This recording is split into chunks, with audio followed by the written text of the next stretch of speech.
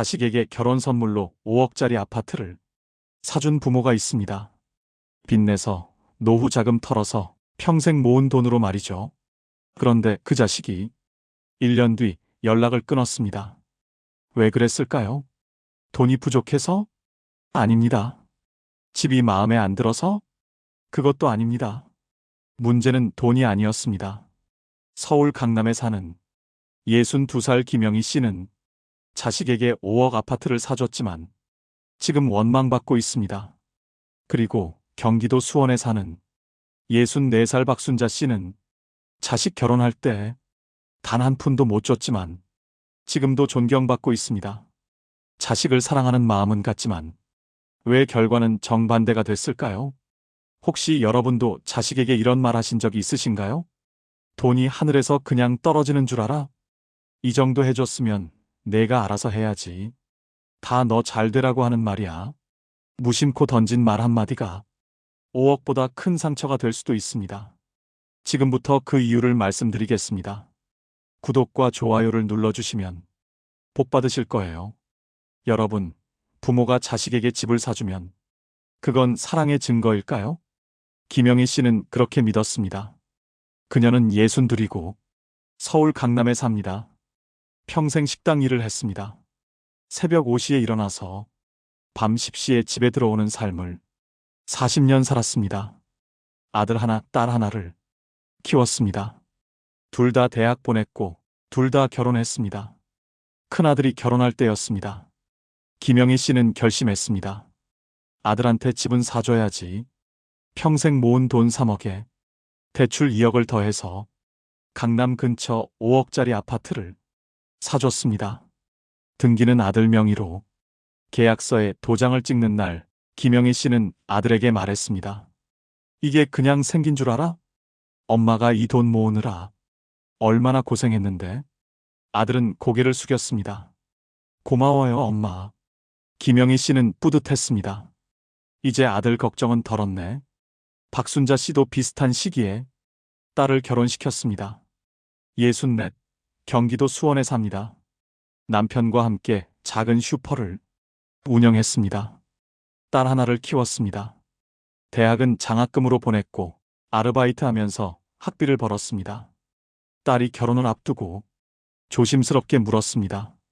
엄마, 혼수는 어떻게 해야 할까? 박순자 씨는 미안했지만 솔직하게 말했습니다. 엄마가 많이 못해줘서 미안하다. 형편이 넉넉하지 않아서. 딸은 괜찮다고 했지만 박순자 씨는 마음이 무거웠습니다. 결혼식 비용도 넉넉히 보태주지 못했습니다. 예단도 살림살이도 화려하게 해주지 못했습니다. 하지만 박순자 씨는 딸에게 이렇게 말했습니다. 많이 못해줘서 미안하다. 하지만 한 가지만 기억해. 뭔데요, 엄마? 너는 이제 어른이야. 엄마가 곁에서 응원하고 필요하면 도와주겠지만 내 삶은 내가 책임지고 만들어가는 거야. 딸은 고개를 끄덕였습니다. 알았어요, 엄마. 엄마는 내가 선택한 길을 믿어. 남편이랑 둘이서 행복하게 살아. 두 사람 모두 자식을 사랑했고 최선을 다했습니다. 하지만 1년 뒤 두 사람의 삶은 완전히 달라졌습니다. 김영희 씨 아들은 점점 연락이 뜸해졌습니다. 명절에도 바쁘다며 늦게 왔다가 일찍 갔습니다. 어느 날 김영희 씨가 전화했습니다. 아들아, 요즘 어떻게 지내니? 아들의 목소리는 차가웠습니다. 엄마, 바빠요. 그래도 주말에 한 번 얼굴이나. 엄마, 저 할 일 많아요. 나중에 연락할게요. 전화가 끊겼습니다. 박순자 씨 딸은 일주일에 한 번은 꼭 전화했습니다. 엄마, 오늘 점심 뭐 먹었어요? 그냥 집에서 김치찌개 끓여 먹었지. 다음 주 일요일에 갈게요. 제가 맛있는 거 사갈게요.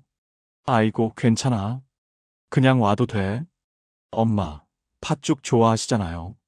팥죽집만 보면 엄마 생각나서 사다 드리고 싶어요.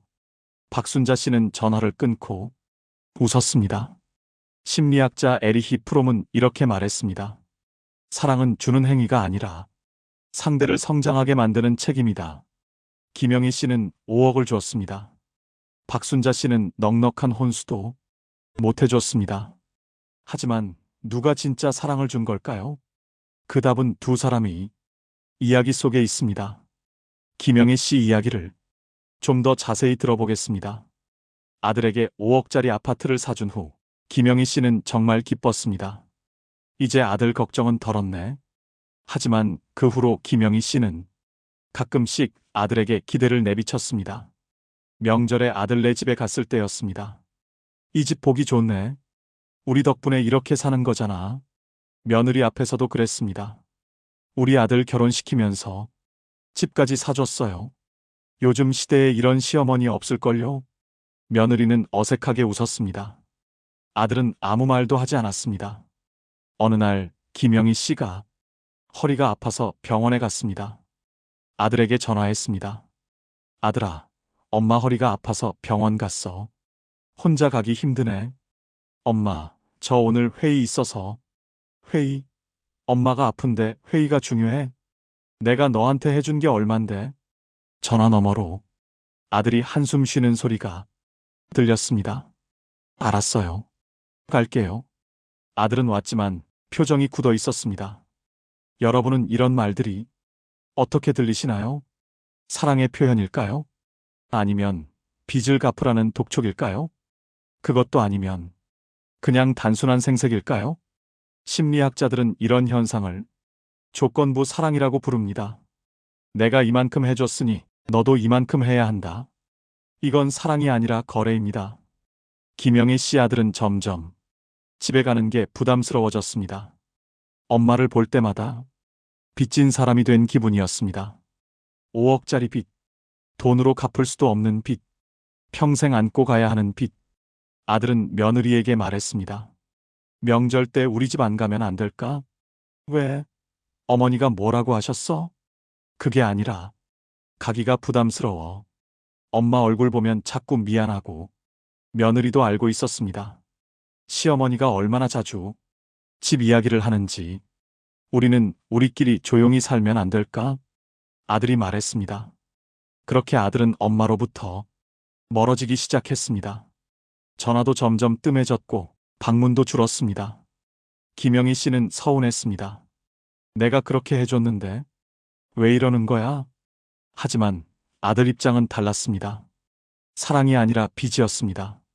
고마움이 아니라 부담이었습니다. 가족 심리학자 존 가트머는 이렇게 말했습니다. 베푼 것을 기억하고 요구하는 순간 관계는 무너진다. 김영희 씨는 베푼 것을 기억했습니다. 자주 언급했습니다. 보답을 기대했습니다. 그리고 그 기대가 아들을 짓눌렀습니다. 5억이 사랑이 아니라 족쇄가 된 이유가 여기 있었습니다. 이번에는 박순자 씨 이야기를 들어보겠습니다. 딸에게 넉넉한 혼수도 못 해주고 결혼 자금도 많이 못 보탠 박순자 씨. 결혼식이 끝나고 신혼여행을 떠나는 딸을 배웅하면서 마음이 무거웠습니다.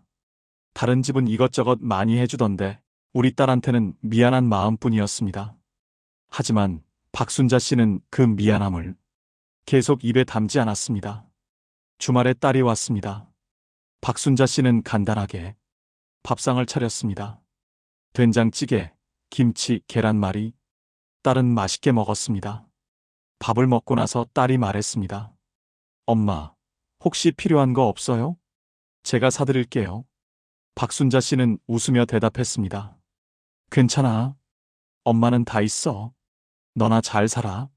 그래도 엄마, 내가 행복하게 사는 게 엄마한테는 제일 큰 효도야. 남편이랑 잘 지내고 너희 살림 잘 꾸려가. 그것만 해도 충분해. 딸은 엄마 손을 꼭 잡았습니다. 시간이 흘렀습니다. 딸은 일주일에 한 번씩 전화했고 한 달에 한 번은 꼭 찾아왔습니다. 박순자 씨는 딸이 올 때마다 간섭하지 않았습니다. 남편이랑 잘 지내는지 물어보고 힘들면 언제든지 전화하라고만 했습니다. 조언도 잔소리도 기대도 없었습니다. 어느 날 딸이 고민을 털어놨습니다. 엄마, 저 직장 그만두고 싶어요. 왜? 무슨 일 있어? 힘들어서요. 그리고 애도 생각하고 있어서. 박순자 씨는 잠시 생각하다가 말했습니다. 내가 선택해. 엄마는 너의 결정을 존중할게. 정말요? 그만둬도 괜찮아요? 그럼. 너도 이제 어른이잖아. 내 인생은 내가 책임지는 거야.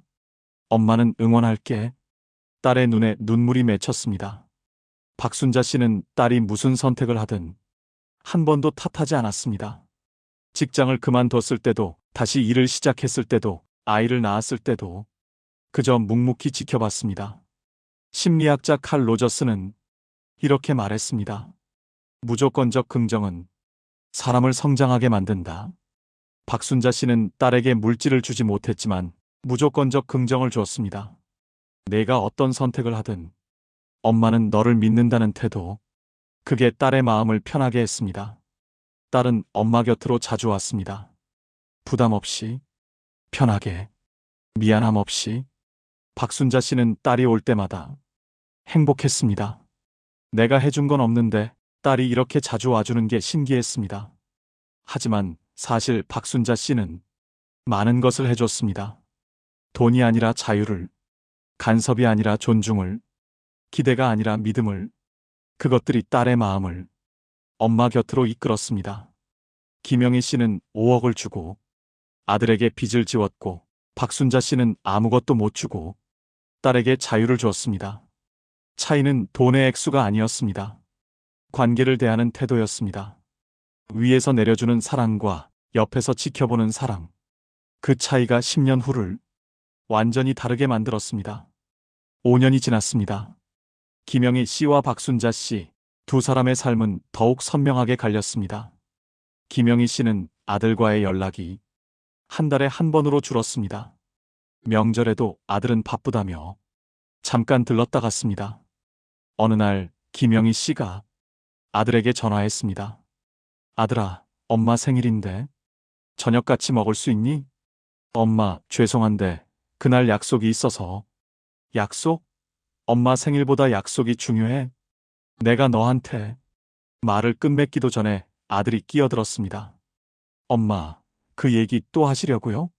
집 사준 얘기요? 뭐, 내가 그런 말을 했니? 매번 하시잖아요. 이 정도 해줬으면 내가 얼마나 고생했는데. 그 말 들을 때마다 저 숨이 막혀요. 전화가 끊겼습니다. 김영희 씨는 멍하니 앉아 있었습니다. 박순자 씨는 달랐습니다. 딸은 여전히 일주일에 한 번 전화했고 한 달에 2번은 찾아왔습니다. 손주를 데리고 왔을 때도 박순자 씨는 간섭하지 않았습니다. 엄마, 애가 밥을 잘 안 먹어서 고민이에요. 그래? 힘들겠다. 엄마는 저 키울 때 어떻게 하셨어요? 글쎄, 엄마도 별 수 없었어. 근데 크면서 다 먹게 되더라. 너무 걱정하지 마. 박순자 씨는 조언은 했지만 강요하지 않았습니다. 딸이 알아서 잘할 거라고 믿었습니다. 여러분, 이 두 사람의 차이는 무엇일까요? 돈일까요? 김영희 씨는 5억을 줬고 박순자 씨는 못 줬습니다. 하지만 결과는 정반대였습니다. 문제는 돈이 아니었습니다. 관계의 위치였습니다. 김영희 씨는 위에 있었습니다. 내가 너한테 이만큼 해줬으니 너도 이만큼 해야 한다. 이건 수직적 관계입니다. 부모는 위, 자식은 아래. 은혜를 베푸는 사람과 빚진 사람. 박순자 씨는 옆에 있었습니다. 내 인생은 내가 책임지는 거고 엄마는 응원할게. 이건 수평적 관계입니다. 부모도 한 명의 어른, 자식도 한 명의 어른. 서로 존중하는 사람과 사람. 가족사회학 연구에 따르면 부모의 경제적 지원이 클수록 자녀의 심리적 독립감은 오히려 낮아진다고 합니다. 특히 그 지원의 조건이나 기대가 붙을 때 자녀는 부담을 느낍니다. 반대로 물질적 지원이 적더라도 정서적 지지가 높으면 관계 만족도는 오히려 높아진다고 합니다. 심리학자 에드워드 대시는 이렇게 말했습니다. 사람은 자율성을 느낄 때 가장 행복하다.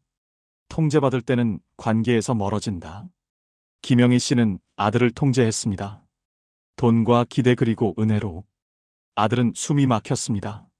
박순자 씨는 딸에게 자율성을 줬습니다. 선택의 자유, 실패할 권리, 있는 그대로 존중받을 권리. 딸은 편했습니다. 김영희 씨는 지금도 서운합니다. 내가 그렇게 해줬는데 왜 이러는 거야? 하지만 아들도 서운합니다. 엄마는 왜 나를 한 번도 있는 그대로 봐주지 않는 거야? 박순자 씨는 지금도 고맙다고 말합니다. 딸이 이렇게 자주 찾아와줘서 고마워. 딸도 고맙다고 말합니다. 엄마가 이렇게 편하게 대해줘서 고마워. 차이는 분명했습니다. 5억이 문제가 아니라 그 5억을 건네는 태도가 문제였습니다. 사랑이 부족한 게 아니라 그 사랑을 표현하는 방식이 문제였습니다. 위에서 내려주는 사랑은 부담이 되고 옆에서 함께하는 사랑은 힘이 됩니다. 10년이 흘렀습니다. 김영희 씨는 이제 72입니다. 박순자 씨는 74시고요. 두 사람의 노후는 완전히 달라졌습니다. 김영희 씨는 혼자 있는 시간이 많아졌습니다. 아들은 1년에 3번 정도 얼굴을 비췄습니다.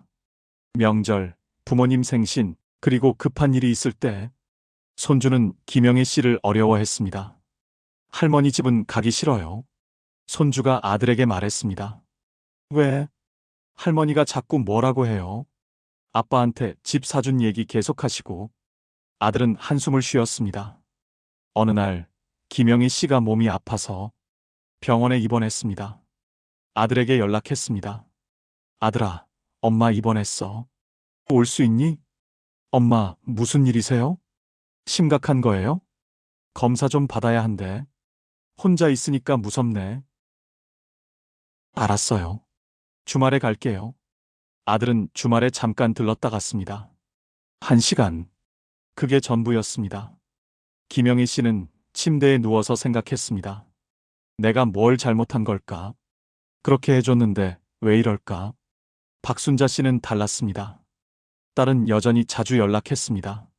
전화도 자주 하고 한 달에 2~3번은 찾아왔습니다. 손주들도 할머니를 좋아했습니다. 할머니, 저 이번 주말에 갈게요. 손주가 직접 전화했습니다.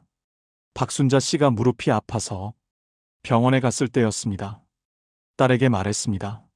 무릎이 좀 아파서 병원 다녀왔어. 별거 아니니까 걱정 마. 엄마, 큰 병원 가보셨어요? 제가 모시고 갈게요. 아니야, 괜찮아. 엄마, 제발 혼자 다니지 마세요. 걱정돼요. 딸은 다음 날 바로 왔습니다. 병원에 함께 가서 검사를 받고 의사 설명을 함께 들었습니다. 진료가 끝나고 나오면서 딸이 말했습니다. 엄마, 다음 주에도 올게요. 혼자 다니지 마세요. 박순자 씨는 딸의 손을 꼭 잡았습니다. 고맙다, 딸. 뭐가 고마워요? 당연한 거죠. 심리학자 버지니아 사티어는 이렇게 말했습니다. 관계의 질은 베푼 것의 양이 아니라 주고받은 존중의 양으로 결정된다. 김영희 씨는 5억을 베풀었지만 존중은 주지 않았습니다. 박순자 씨는 돈은 못 줬지만 존중은 늘 줬습니다. 그 차이가 10년 후를 완전히 다르게 만들었습니다. 김영희 씨는 지금도 후회합니다. 그때 내가 말을 조금만 조심했어도. 하지만 이미 늦었습니다. 아들과의 관계는 돌이킬 수 없을 만큼 멀어졌습니다. 박순자 씨는 지금도 감사합니다. 내가 딸한테 해준 게 없는데 이렇게 잘해주네. 하지만 사실 박순자 씨는 많은 것을 해줬습니다. 돈이 아니라 마음을, 간섭이 아니라 신뢰를, 기대가 아니라 응원을, 그것들이 딸을 엄마 곁으로 이끌었습니다. 노후의 행복은 돈으로 살 수 없었습니다. 자식에게 얼마를 줬는지가 아니라 어떻게 대했는지가 중요했습니다.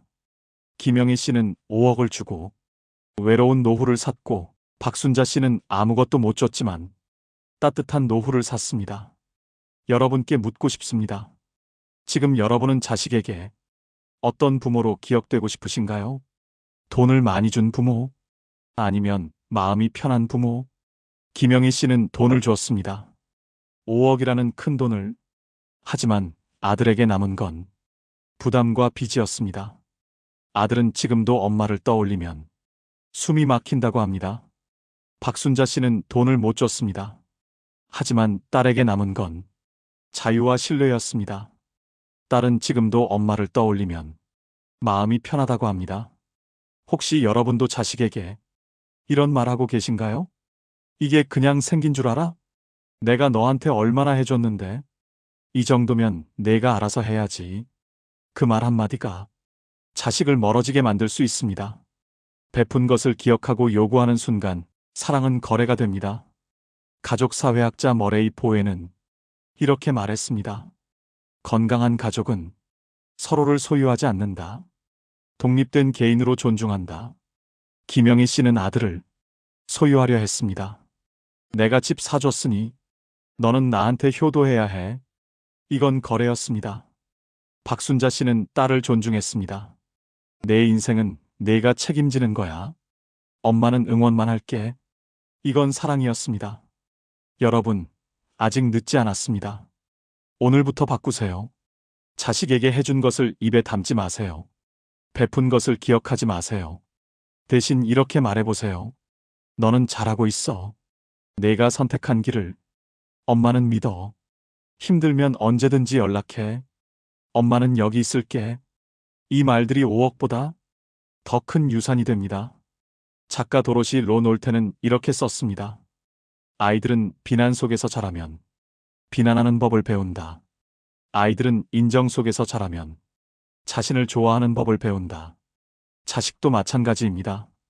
요구 속에서 자란 관계는 부담이 되고 존중 속에서 자란 관계는 사랑이 됩니다. 김영희 씨는 지금도 혼자입니다. 아들에게 전화하고 싶지만 뭐라고 말해야 할지 모릅니다. 박순자 씨는 지금도 행복합니다. 딸이 자주 와주고 손주들이 할머니를 찾습니다. 차이는 돈이 아니었습니다. 태도였습니다. 위에서 내려주는 사랑이 아니라 옆에서 함께하는 사랑. 그게 노후를 결정했습니다. 여러분은 지금 어떤 선택을 하고 계신가요? 자식에게 돈을 주고 계신가요? 아니면 마음을 주고 계신가요? 기대를 하고 계신가요? 아니면 존중을 하고 계신가요? 오늘 이 이야기를 들으신 여러분께 부탁드립니다. 오늘 자식에게 전화하세요. 그리고 이렇게 말해보세요. 너 잘하고 있어. 엄마는 내가 자랑스러워. 그 한마디가 10년 후 여러분 곁을 지켜줄 겁니다. 자식에게 남길 가장 큰 유산은 돈이 아니라 부담 없는 사랑입니다. 끝까지 들어주셔서 감사합니다. 구독과 좋아요를 눌러주시면 복 받으실 거예요.